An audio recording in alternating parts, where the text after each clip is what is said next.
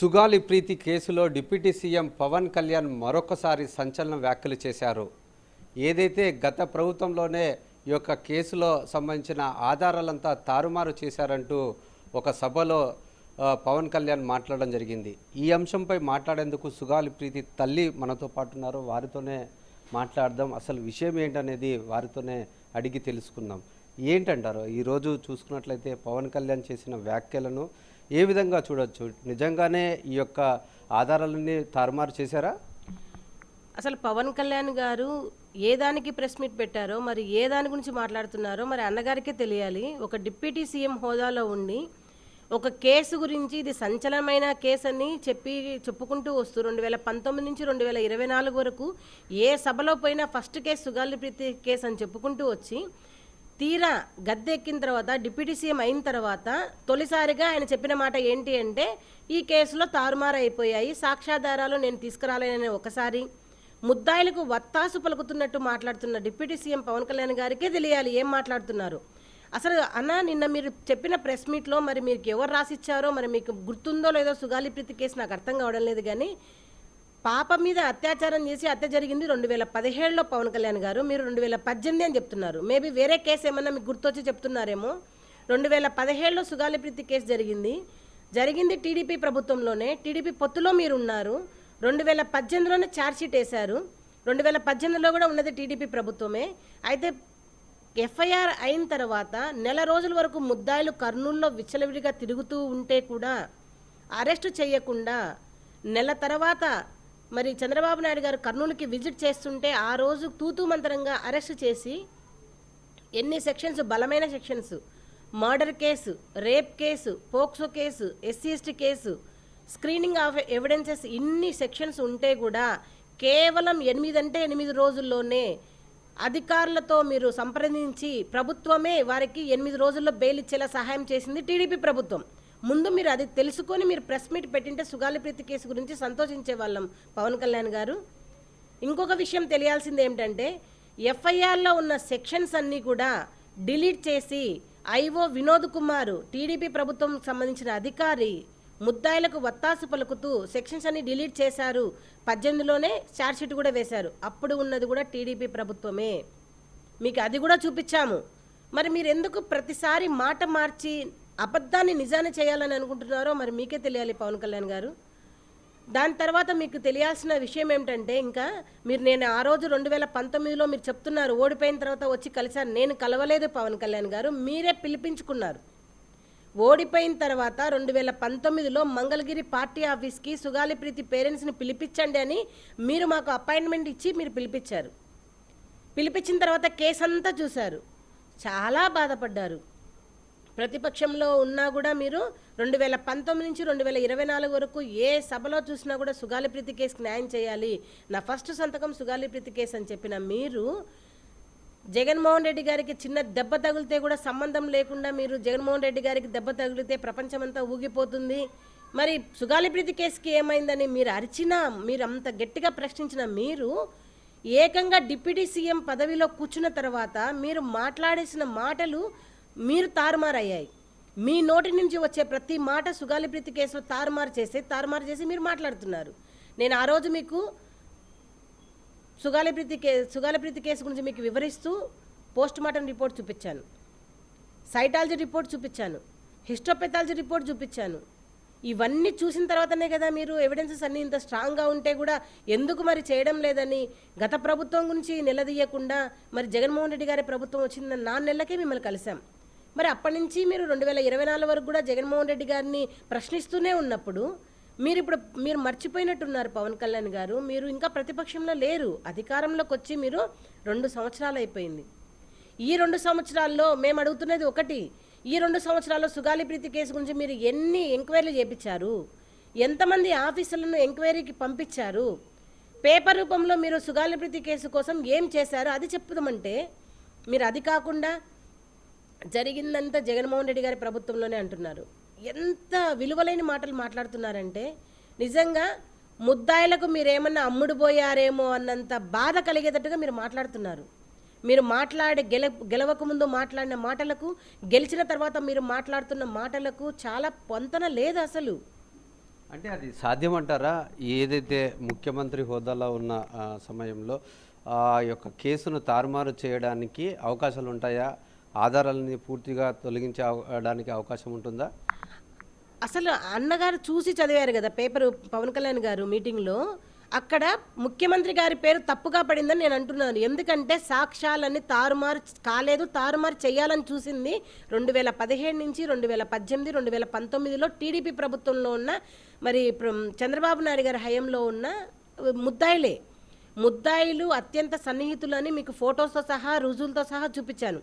గెలిచిన తర్వాత కూడా మిమ్మల్ని కలిసినప్పుడు అదే చూపించాను ఫొటోస్. సార్ ఇందులో టీడీపీ ప్రభుత్వం పెద్ద పెద్ద వాళ్ళు ఉన్నారు అని చెప్తే మీరు ఏం చెప్పారు? అయ్యో చంద్రబాబు నాయుడు గారు అలాంటి వాళ్ళు కాదమ్మా, చాలా స్ట్రిక్ట్ ఆఫీసర్ అని చెప్పారు.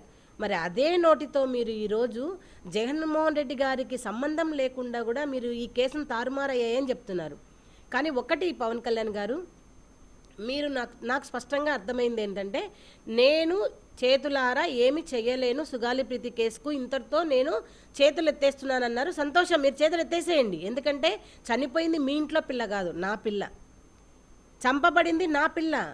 కాబట్టి నేను పోరాటం చేస్తాను. నేనేదో న్యాయం కోసం పోరాటం చేస్తున్నప్పుడు మీరు పోరాటం చేయకున్నా పర్వాలేదు, కానీ మీరు ఇలాంటి అబద్ధాన్ని మీరు నిజాం చేయడానికి ప్రతి మీటింగ్లో పేరెంట్స్ అయినా మమ్మల్ని, బాధితులమైన మమ్మల్ని మీరు టార్గెట్ చేసి మాట్లాడడం కరెక్ట్ కాదు, మీ హోదాకు తగదు. మీరు అంటున్నారు కదా సాక్ష్యాలు తారుమారయ్యాయి జగన్మోహన్ రెడ్డి గారి హయంలోనే అని. మరి ఇప్పుడు ఒక సిట్టు వేయండి. మరి ఏ అధికారి ఎందుకు చేశారో తెలుస్తుంది కదా, బయటకు వస్తుంది కదా. అప్పుడు మీరు చంద్రబాబు నాయుడు గారు బయటకు వస్తారో, లోకేష్ బాబు గారు బయటకు వస్తారో, ముద్దాయిలు బయటకు వస్తారో, టీడీపీ ప్రభుత్వంలో ఉన్న పెద్ద పెద్ద నాయకులు బయటకు వస్తారో మీకు తెలుస్తుంది కదా. పవన్ కళ్యాణ్ గారు, జగన్మోహన్ రెడ్డి గారి ప్రభుత్వం వచ్చేదలికే అధికారులు అంతా కూడా మా కేసుని తారుమారు చేయాలని ట్రై చేశారు. ఆల్రెడీ పెద్ద పెద్ద సెక్షన్స్ డిలీట్ చేశారు. ఆ అధికారులను మీరు పిలుచుకొని వచ్చి ఇంటరాగేట్ చేస్తారని చెప్పిన మీరు ఇప్పుడు ఏకంగా జగన్మోహన్ రెడ్డి గారే తారుమారు చేశారు అంటున్నారు. అది కూడా మాకు రావాల్సిన ఎస్సీ ఎస్టీ యాక్ట్ ప్రకారం ఇచ్చిన తర్వాత ఈ తారుమారు జరిగిందని. ఇది ముమ్మాటికి అబద్ధం. మీరు చేస్తున్నది తప్పుడు ప్రచారం. అంటే ఎందుకంటారు? అంటే ఏదైతే ఘటన జరిగిన తర్వాత పవన్ కళ్యాణే కాదు, రాష్ట్రం అంతటా ప్రతి కుటుంబంలోని సభ్యులు కావచ్చు, ఎంతోమంది తల్లిదండ్రులు కావచ్చు, మీకు సపోర్టుగా నిలిచారు. ఆ బాధను కూడా మీతో పంచుకున్న పరిస్థితి. ముఖ్యంగా మీరు పవన్ కళ్యాణ్ని కలిసినప్పుడు కూడా అతను కూడా చాలా చెప్పాడు. ఆ బాధ కానీ, ఆ యొక్క ఆవేదన కానీ ఇప్పుడు లేవంటారా? ముమ్మాటికి లేవండి. మొదటిగా 2019లో పవన్ కళ్యాణ్ గారు ఓడిపోయినప్పుడు చెప్పిన మాట, నాకు ఒక్క ఎమ్మెల్యే సీటు కూడా లేదు, కనీసం ఒక ఎమ్మెల్యే సీటు ఉంటే కూడా నేను అసెంబ్లీలో సుగాలి ప్రీతి లాంటి వాళ్ళ గురించి మాట్లాడేవాళ్ళని అని చెప్పిన మీరు, అదే స్కూల్లో లగ్జరీ బెడ్రూమ్స్ నడుపుతున్నారు, పేరెంట్స్కి తెలియకుండా అమ్మాయిలను ఇట్లా పాడు చేసి చంపేస్తున్నారు ముద్దాయిలని మీకు చెప్పినప్పుడు నా కడుపులో తిప్పేసింది అని చెప్పిన మీరు, మొదటిగా 2019 నుంచి 2024 వరకు మీరు ఎంత సపోర్ట్ చేశారండి కేసుకి? బాధితుల వైపు ఉండి, ప్రతిపక్షంలో ఉండి ప్రతి సభలో మీరు ప్రశ్నించారు. ఆ ప్రశ్నించడానికి చూసి ప్రజలు కోట్లాది మంది మీకు అభిమానులు అయిపోయి, కోట్లాది మంది తల్లిదండ్రులు, అరే ఒక దివ్యాంగులారి పక్కన పవన్ కళ్యాణ్ గారు నిలబడ్డారు, కర్నూలుకు ర్యాలీ చేశారు లక్షలాది మందితో అని. అక్కడ కూడా మీరు చేసింది ర్యాలీ ఏదానికి? ముద్దాయిలకు కులం ఉండకూడదు, ముద్దాయిలకు మతం ఉండకూడదు, డబ్బు కూడా ఉండకూడదు అని చెప్పిన మీరు, ఇప్పుడు మన కళ్ళ ముందరే ముద్దాయిలు తిరుగుతుంటే మనం వదిలేయాలని ఎలా చెప్పారండి? ఇదే మాట మీ ఇంటి ఆడపిల్లలు అన్నప్పుడు 3rd డిగ్రీ చేపించారు ఒక మనిషికి, గుర్తుందా మీకు పవన్ కళ్యాణ్ గారు? ఆ పేరు మీకు గుర్తు చేయాలా? జిల్లాకు తిప్పి మీరు 3rd డిగ్రీ చేపించారే, మరి అప్పుడు చెప్పాల్సినది ఈ శాఖ నాకు కాదు కదా, నేనెందుకు ఆ శాఖ గురించి మాట్లాడుతున్నాను, పోలీస్ శాఖ గురించి అని మీరు చెప్పలేదే? ఎందుకు సుగాలి ప్రీతి కేసు మీద మీరు ఇంత ద్వేషం పెంచుకున్నారు? మీరు గద్దె ఎక్కక ముందు సుగాలి ప్రీతి తల్లి నా హీరో అన్నారు, సుగాలి ప్రీతి కోసమే నేను పార్టీ పెట్టా అన్నారు. ఆ తల్లి కన్నీళ్లు తుడవలేని నేను మనిషినే కాదన్న మీరు ఇప్పుడు మరి ఎందుకు ఇట్లా తారుమారు మాటలు మాట్లాడుతున్నారు? కొంచెమన్నా చిత్తశుద్ధితో మాట్లాడుతున్నారా మీరు? అరే ఒక డిప్యూటీ సీఎం హోదాలో ఉండి మీరు మాట్లాడాల్సిన మాటలైనా ఏమన్నా అంటే మీరు ఒక ఎమోషన్ స్పీచ్ ఇస్తున్నారు ప్రతి మీటింగ్లో. మీరే చూసుకోవాలి, ఎమ్మెల్యేలు కాసుకోండి, ఆ తల్లిని మీరు విమర్శించండి అని నా మీద మానసిక దాడి చేపిస్తున్నారే. ఇది ఏమైనా హేమయంగా ఉందా మీకు? ఇంత నీచమైన రాజకీయాలు చేస్తున్నారా? ఒక ఆడపిల్లని మీకు దివ్యాంగురాలని ఇప్పుడు గుర్తొచ్చిందా? ఒక రెడ్డి అని నేను ఇప్పుడు మీకు గుర్తొచ్చిందా? మీ వాళ్ళకు గుర్తొచ్చిందా? మీ దగ్గరకు వచ్చి అపాయింట్మెంట్ అడిగి మీ దగ్గర విసిగి వేసారిపోయిన తర్వాత నేను రోడ్డు మీదకి ఎక్కాను పవన్ కళ్యాణ్ గారు. మీరు చేసి ఉంటే మరి మీరు చేసి ఉండాల్సినది. ఈ 2 సంవత్సరాలు ఈ రోజుకైనా మీరు చేయాలని ఉందా? మీరు ఫస్ట్ కేసు సుగాలి ప్రీతి కేసు అన్నారు, మరి ఆ పెన్ను ముద్దాయిలకు అమ్మేశారా మీరు? లేదా మీ ఎమ్మెల్యేలు అమ్మేశారా? చెప్పండి, మీరే చెప్పండి. అది కూడా ప్రెస్ మీట్లో చెప్పండి. ఆ పెన్ను కనపడడం లేదు, ఆ పెన్ను ముద్దాయిల బీరువాలో ఉందని చెప్పండి. చేతులు ఎత్తేసారు కదా, నేను కేసును అయితే చేయలేను అని. ఎంత నీచంగా మాట్లాడుతున్నారంటే బాధితులను కులం ఉండకూడదు ముద్దాయిలకు అంటారు మీరే, మళ్ళీ కుల ప్రస్తావన తీసుకొస్తారు. మరి ఇప్పుడు చనిపోయిన సాయి తేజ అబ్బాయి మర్డర్ కేసు గురించి మాట్లాడుతూ మీరు కులం వద్దు ముద్దాయిలకు అన్నారు. మరి అదే ముద్దాయిలే కదా మరి సుగాలి ప్రీతి కేసులో కూడా ఉండేది. మరి ఆ ముద్దాయిలు మీరు ఎందుకు కొమ్ము కాస్తున్నారు? గెలవక ముందు కొమ్ము కాయలేదే, గెలిచిన తర్వాత మీరు ఎందుకు కొమ్ము కాస్తున్నారు? అంటే మీరు చేస్తున్నది ఒక ప్రీ ప్లాన్డ్ స్కెచ్ చేస్తున్నారు. మీరు ఒక ప్లాన్డ్గా ఈ కేసుని నేను చాలా మొత్తం షేక్ చేసేసి మొత్తము ప్రపంచమంతా షేక్ చేసేసి సుగాలి ప్రీతి కేసు గురించి చెప్పుకుంటూ వస్తూ లాస్ట్కి ఏమీ లేదు, కొండను తవ్వి ఎలకని పట్టానన్నంత విధంగా మీరు చేస్తున్నారా? ఈ 9 సంవత్సరాలు నేను చేసిన ఈ అలుపెరగని పోరాటాన్ని మీరు ఇచ్చే విలువ ఇదేనా? అంటే వాళ్ళకి పొలాలు ఇచ్చామంటారు, అంటే వాళ్ళకి ఉద్యోగాలు ఇచ్చారంటారు. ఇవన్నీ మీరు ఇచ్చినవి కాదు, ఏ ప్రభుత్వం ఇవ్వాల్సినవి కాదు.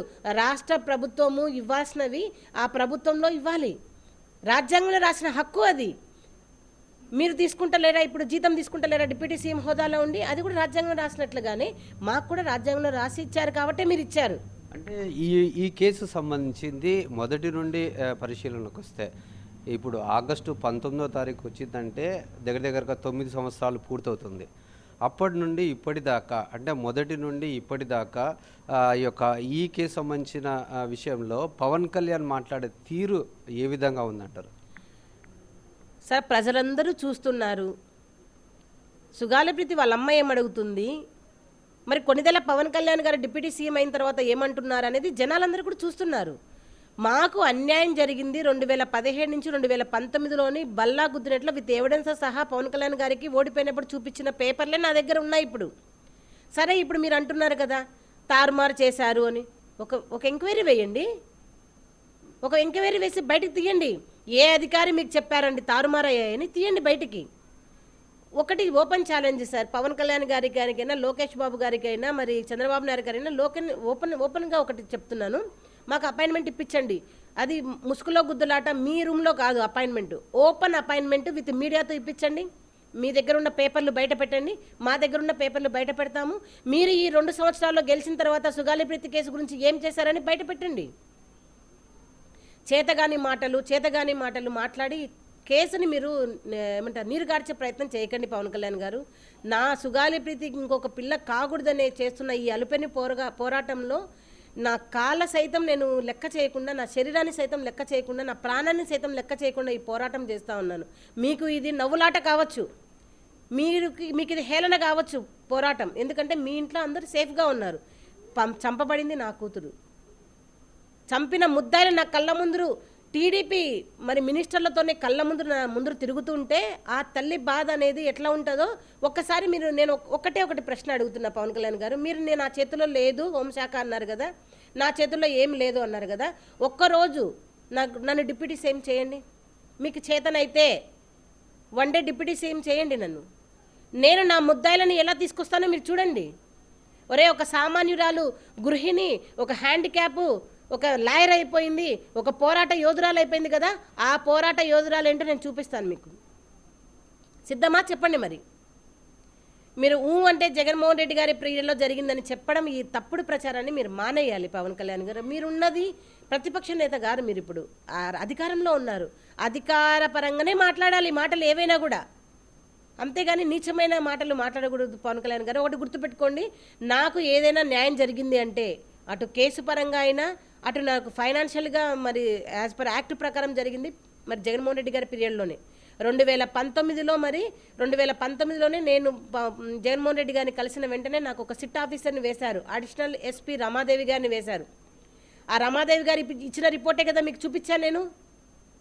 మీరు కర్నూలుకి ర్యాలీకి వచ్చినప్పుడు అన్నా ఇట్లా వచ్చింది రిపోర్టు, అమ్మాయి మీద అగత్యం జరిగిందని సిడిఎఫ్డి రిపోర్ట్ వచ్చింది, సెంట్రల్ డిఎన్ఏ అని చూపించాను కదా. మరి ఇప్పుడు ఆ మాట మాట్లాడుకుంటున్నారు ఎందుకు? త్రిసభ్య కమిటీ వేశారు జగన్మోహన్ రెడ్డి గారు. త్రిసభ్య కమిటీలో ఏ అధికారి ఎలా తప్పు చేశారు, ఏ అధికారి ఎలా తప్పుడు నివేదికలు ఇచ్చారు అనేది కూడా క్లియర్ కట్గా విత్ రిటర్న్ ఎవిడెన్సెస్తో ఇచ్చారని మీకు చూపించాను. మరి ఆ రిపోర్ట్ తీయండి బయటికి. ఏదైతే 2019లో మరి జగన్మోహన్ రెడ్డి గారు వేసిన సిట్ రిపోర్ట్ను బయటికి తీయండి. ఏదైతే మరి జగన్మోహన్ రెడ్డి గారు త్రిసభ్య కమిటీ వేశారో, మరి పూనం మాలయకొండ మేడం దగ్గర వేశారు, IAS officer chief secretary of హెల్త్కి, ఆ రిపోర్ట్ను బయటికి తీసి ఆ రిపోర్టు ప్రకారం ఇన్వెస్టిగేషన్ చేయండి. ముద్దాయిలు ఎలా దొరకరో నేను చూస్తాను. అత్యంత హేమమైన మాటలు ఏంటంటే 2017లో జరిగితే 2018 అంటారు. 2017 నుంచి 2019 వరకు మాకు నష్టం జరిగింది అయ్యా టీడీపీ ప్రభుత్వంలో అంటే కాదు, జగన్మోహన్ రెడ్డి గారి ప్రభుత్వం అంటారు. అసలు 2018లో సిగ్గుమాలిన పని ఏంటంటే టీడీపీ ప్రభుత్వము ముద్దాయిలకు ఫారెన్ పంపించిందండి పవన్ కళ్యాణ్ గారు. మళ్ళీ ఇప్పుడు కూడా అదే ప్రభుత్వము మరి ముద్దాయిలను ఫారెన్ పంపడానికి ట్రై చేస్తుంది. దాన్ని ఆపండి చేతనైతే. మీకు చేతనైతే స్కూల్లో మరి హాస్టల్లో బెడ్రూమ్లు నడుపుతున్నారు అని నేను ఇచ్చిన రిపోర్ట్స్ను కానీ మీరు చూపించిన రిపోర్ట్స్ను కానీ వచ్చి ఎంక్వైరీ చేయండి డిప్యూటీ సీఎం హోదాలో.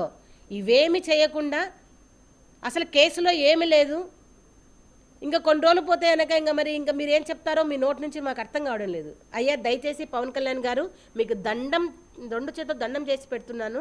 మీరు కేసుకు చేత కాదు అని చెప్పేశారు కదా, ఇంక వదిలేయండి. మేము చేసుకుంటాం వీధి పోరాటం, మాకేం ఇది కొత్త కాదు. 2017 నుంచి కూడా పోరాటం చేస్తూనే ఉన్నాం. ఈ ఆగస్టు 19 నుంచి కూడా వీల్ చైర్ యాత్ర అనేది పోయినసారి మీ ప్రభుత్వంలో మరి మీ అధికారులతో పోలీసు వాళ్ళతో ఏదైతే ఆపిచ్చారో మరి ఈసారి కూడా నేను లెటర్ పెట్టాను అందరికి కూడా. మీరు పర్మిషన్ ఇచ్చినా ఇవ్వకపోయినా, నాతో పాటు నడిచినా నడచకపోయినా, నా కుటుంబ సభ్యులు, నేను, నా కూతురికి న్యాయం జరగాలనుకున్న ప్రతి శ్రేయోభిలాషి వచ్చి మరి 19 ఆగస్టు నుంచి మరి సుగాలిప్రీతి వీల్చైర్ యాత్ర అనేది నేను మొదలు పెడతాను. మీరు ఎలా న్యాయం చేయరో నేను కూడా చూస్తాను. అంటే వైఎస్ఆర్సీపీ గవర్నమెంట్లో ఈ యొక్క సిబిఐ విచారణ అని చెప్పేసి ఏదో తూతూ మంత్రంగానే చేశారని చెప్పేసి చెప్తున్నారు, వాస్తవేనా అది? 2020లో మరి పవన్ కళ్యాణ్ గారు మాకు ర్యాలీ చేయడం జరిగింది కర్నూలులో. ర్యాలీ చేయకముందే మాకు ఎస్పీ గారు, అమ్మ మీరు జగన్మోహన్ రెడ్డి గారు మీ కేసును సిబిఐకి అడిగారంట కదా, సిబిఐకి ఇస్తున్నామని జీవో ఇచ్చారు. కూటమి ప్రభుత్వం వచ్చిన తర్వాత వాళ్ళు వేసిన అఫిడవిట్ ఏంటంటే మా దగ్గర నిధులు లేవు, సుగాలిప్రీతి కేసు చేయడానికి సిబిఐ దగ్గర నిధులు లేవు అని కౌంటర్ అఫిడవిట్ చేసినప్పుడు ఇదే మాట మీకు గెలిచినప్పుడు మీకు చెప్పాం కదా వచ్చి, మరి మీరు నిధులు మీ సొంత నిధులన్నా ఇవ్వచ్చు కదా సిబిఐ రావడానికి. అంటే మీరే ప్రత్యక్షంగా కానీ పరోక్షంగా కానీ కేసును తారుమారు చేస్తున్నది మీరే అని ఇప్పుడు మాకు స్పష్టంగా, నాకైతే ఏమి, నా కుటుంబ సభ్యులకైతే ఏమి, నా శ్రేయోభిలాషులకు మరియు ముఖ్యంగా మిమ్మల్ని నమ్మి ఓటేసిన ప్రతి జనాలకు అర్థమవుతోంది. సుగాలిప్రీతి అమ్మ అడుగుతున్న న్యాయం ఏంటి, పవన్ కళ్యాణ్ గారు చేసిన న్యాయం ఏంటి అని ప్రతి ఒక్కరూ అడుగుతారు. 2029లో మీరు ఎలక్షన్స్కి క్యాంపెయినింగ్ వెళ్ళినప్పుడు అనా పవన్ కళ్యాణ్ గారు గుర్తుపెట్టుకోండి, సుగాలిప్రీతి కేసు సంతకం చేయడానికి పెన్ను అప్పటికైనా దొరుకుతుందో లేదో గుర్తుపెట్టుకోండి. మీరు కేసుకు సాయం చేయలేదని చెప్పారు, నా వల్ల కాదు అన్నారు, నేను చేతగాని డిప్యూటీ సీఎం అన్నారు, వదిలేసేయండి. నా పోరాటం నేను చేస్తాను. నా పోరాటంలో ప్రతి ఒక్క నాయకుడిని కూడా నేను కలుస్తాను, నాయకుడిని కూడా కలుస్తాను. మీరు చెప్పకూడదు పలానా నాయకుడిని కలవకూడదని, మీకు అర్హత లేదు. ఇంకా మీరు ఎప్పుడైతే కేసుకు నేను చేయలేనని మీరు చెప్పారో, ముద్దాయిలను వదిలేయాల్సి వస్తుందని అన్నారో, మీరు అయిపోయింది. You are unfit for deputy CM, you are unfit for the Sugali Preethi case, అయిపోయిందన్నా. ఒక్క మాటతో మీకున్న విలువను మీరే పోగొట్టుకున్నారు. కాబట్టి నేను ఏ నాయకుడి దగ్గరికి వెళ్ళి అడిగినా మీరు మళ్ళీ మాట్లాడే అర్హత అనేది ఈ కూటమి ప్రభుత్వానికి లేదు. ఎందుకు సుగాలిప్రీతి వాళ్ళ అమ్మ జగన్మోహన్ రెడ్డి దగ్గరికి వెళ్ళింది, ఎందుకు సుగాలిప్రీతి వాళ్ళమ్మ అక్కడికి వెళ్ళి కలిసింది? నేను అందరినీ కలుస్తాను, అందరినీ కలిసి కలుపుకొని వెళ్తాను నా పోరాటంలోకి. మీరు ఎలాగైతే కూటమి ప్రభుత్వం రావడానికి ప్రతి ఒక్క నాయకుడిని కలుపుకున్నారో, అలాగే నా సుగాలిప్రీతి కేసు న్యాయం జరగడానికి నేను ప్రతి ఒక్క నాయకుడిని కాళ్ళ వేళ్ళ పట్టుకొని అడుక్కుంటాను న్యాయం కోసం. మీరు చేయలేరన్నప్పుడు మేమేదో చేసుకొని చూపిస్తాము. అలాంటప్పుడు మీరు పర్మిషన్ ఇవ్వండి. మీరు ఈసారి నేను వీల్చైర్ యాత్ర మీరు గన ఆపేశారు అంటే గనక పవన్ కళ్యాణ్ గారు మీరే ముద్దాయిలకు సహకరిస్తున్నారని అర్థం. లేదు నాకు నష్టమేం లేదు, నా కూటమి ప్రభుత్వానికి నష్టం లేదన్నప్పుడు నాకు ఇచ్చేసేయండి పర్మిషన్, వీల్చైర్ యాత్రకు పర్మిషన్ ఇవ్వండి, ఎవ్వరు ఆపకండి. మీకు సహాయం మీరు చేయాలనుకుంటే నాకు పర్మిషన్ ఇవ్వండి.